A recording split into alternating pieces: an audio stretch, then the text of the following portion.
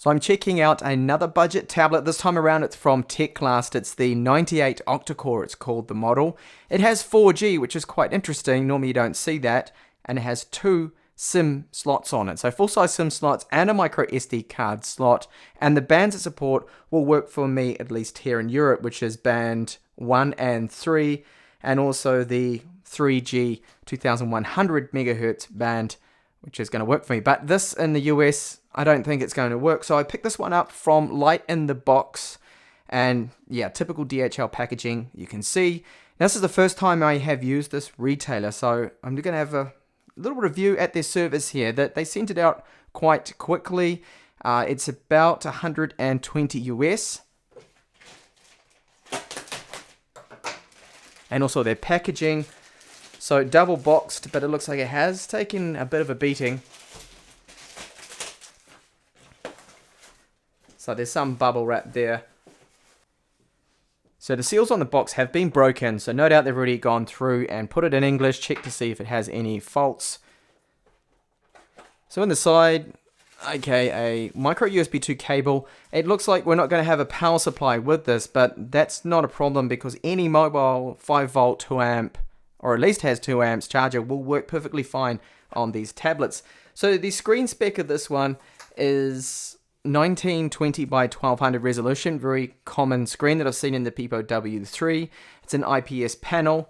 It's got 2 gigabytes of RAM, 32 gigabytes of storage, and it does have GPS support, but I believe that it doesn't have a compass function, so just your standard GPS. So it feels really light in hand. The weight of it is 492 grams and just under 10 millimeters thick, which isn't bad. Up the top here, there is a front-facing 2 megapixel camera. So on the back of it, there's a 5 megapixel autofocus camera, and we have the 2 speaker grills down the bottom. This part here is metal, but the top and the whole frame of it is made out of plastic, which is to be expected for this price range. And here there is a cover for our micro SD card slot, and then the 2 standard size slots there for our SIM cards for 4G, internet, and 3G.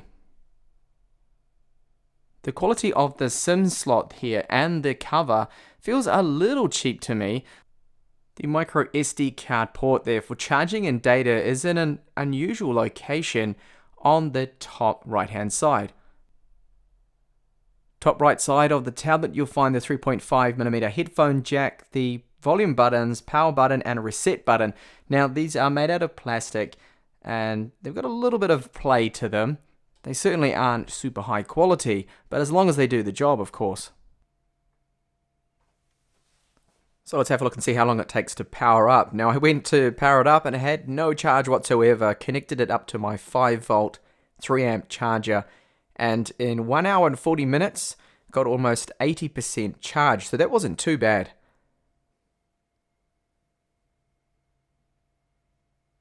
Okay. So straight away you can see some bloatware applications. There is a Teclast over-the-air update system. I'll check out later on and see if we do have any ROMs there. As you can see, I've got 79% battery life. Screen looks reasonably good. Not bad at all, quite sharp. Another panel is glass. It does have a pre-applied screen protector, and of course there is a gap between that glass and then the IPS panel below. So there's the gap. As expected, it's reasonably large, around 1.5 millimeters or so. Now looking at the lowest setting on the brightness, which is very dull. This is going to be great for nighttime use. It does get quite bright, but I've noticed there on 100% brightness, see how we have this IPS bleed, leakage around the side there. So it's not a super top-end premium screen that they've put in here, but still good sharpness, and the colors seem vibrant enough. And even in the settings menu here, you can still see on the side of the screen there. So the version it's running, this is an Android 6 ROM. And see what other bloatware we have on there. So there's a few applications there. Now something here called Sim Toolkit. I'll just check that out very quickly. Okay, I'll need a SIM card in there, which I'll do soon. Just uninstall that. So most of these apps, I would say, you can remove. Normally that's the case, and we no longer have that custom launcher that Teclast used to use. So there is a phone dialer, as you can see. So we'll be able to make phone calls and use this just like a large mobile phone, obviously. It'll be on speakerphone, I guess. There's a microphone, which is located just down the bottom here. A tiny little dot there. I remember someone commented and said that it looks like someone's jammed a screwdriver in there trying to pull up the screen. No, it's just the gap, so the sound can get into the mic, of course. Free available storage, 24.35 gigabytes. So connected up to the internet now, no wireless updates available at this point, and I highly doubt it will have an Android 7 update, at least not over the air system. You probably have to download that from Teclast's website. That is if they ever do release it. Onto the camera. So the front-facing camera, the quality looks reasonably good to me. Not bad at all. And the rear camera, well, it looks like it's doing some over-sharpening straight away. It's not going to take a brilliant photo, 5 megapixels. It might be okay, at least it's got autofocus. So if you wanted to take, for example, a photo of some text or something, it'll be able to do that. But for everything else, use your mobile phone. It does have FM radio on there. Now that's not just a streaming application. There is hardware FM support. So there's a tuner built into the tablet there. Of course, we've got Play Store, Gmail's already on there, a messaging app there too for your text messages. So the wireless, it has wireless in 5 gigahertz band. And these are the speeds I just got out of it, testing it on my fiber line, which can get 300 megabits per second. It's doing okay there. That's definitely faster than what I got from the Cube iPlay 10. And I've struck a rather major problem. Can't get it to detect any of my SIM cards that I've put in there. So I've got a couple of 4G SIM cards. And it keeps saying no SIM card, as if the reader's just not reading it. I don't know what I'm doing wrong. Maybe it's my model here. So I've put it in flight mode. I've pulled them out, put them back in. I've tried SIM slot 1, SIM slot 2. Powered down the device, powered it back on. It just doesn't seem to want to read it for some reason. For the most part, the UI does feel fast and fluid. But we do have limits, of course, with only 2 gigabytes of RAM. Play Store's working. There's no errors, no problems with that. The performance, you can see a little stuttery, but of course it's got to load in all of those icons there. So as mentioned in the start, it's a MediaTek MT6753 with a maximum turbo of 1.5 gigahertz. We've got 8 cores. They're ARM Cortex A53s. Now that's an old process, of course, 28 nanometers. And you can see that the governor there will turn off some of those cores. In fact, most of them, it's only running at the moment on 1 core to save battery there.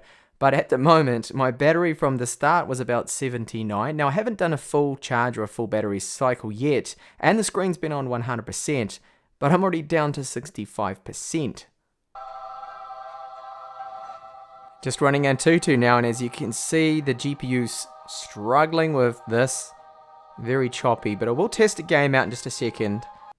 And the result, well, quite low as expected, 33,000. So the weakness is the GPU, the Mali T720, just like the Cube iPlay 10 I reviewed.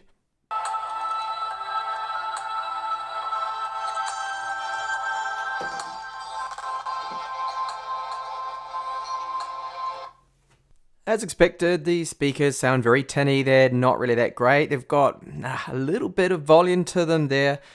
Now, they're probably as good, maybe slightly better than the Cube iPlay 10 speakers, but still quite poor.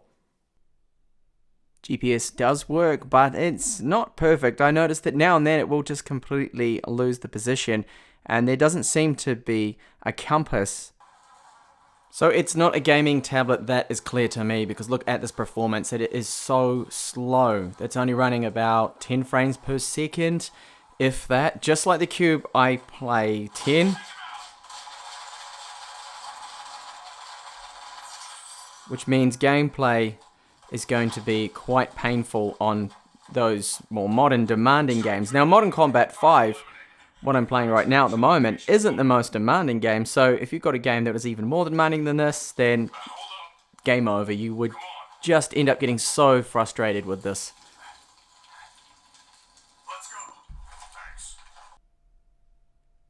So this tablet unfortunately doesn't warrant any more of my time. The GPU performance, as you just saw then, is very poor. So this is not a tablet you would buy for someone that wanted to game. So you wouldn't get this for a 10-year-old if they want to play some games out there, because they're not going to like it. They're not going to enjoy it. Sure, they'll be able to play the games, but will it actually be playable? Probably not. The frame rate is just so laggy there. Apart from that, okay, we've got GPS on there. We have 4G dual SIMs. It looked so promising, but my unit, there seems to be a problem with the slot. I don't know what is going on, but it's just not accepting any of my SIM cards, and I'm not going to waste any more time on this. I already spent about half an hour turning it on, turning it off, putting it into flight mode, swapping SIMs from one slot to the other. It just won't work there. So the build quality is as expected for around 120 US. It's okay, really. I like how light it is. I like the fact that we do have the 16:10 ratio, which is good to see. I get a little bit tired sometimes of seeing so many 16:9 aspect ratio screens. The screen's good, but as I pointed out in the beginning of the video, we've got this IPS glow that's a little annoying. I'm used to seeing better screens. Again, what can you really expect for the price? So who would this tablet suit? To me, if it does work with the 4G SIM cards, then it'll be good for maybe to something for traveling, checking emails. The CPU performance seems adequate enough for those basic kind of things. Now it will play H.265 codec, VP9 won't play that, but it does play most video file formats. So does it come recommended from me? Well, I would go for something like the FNN i5 Mini 4S that I reviewed. You get much better hardware, and it has a Retina screen in there, but of course it's 7.9 inches 4:3 aspect ratio, and it doesn't have 4G, so that's possibly something that people aren't even looking for. But I find it really hard to recommend this one after seeing those issues there and the GPU performance. Thanks a lot for watching this video, and I do hope to see you back in the channel with up and coming reviews of hopefully tablets that are better than this one.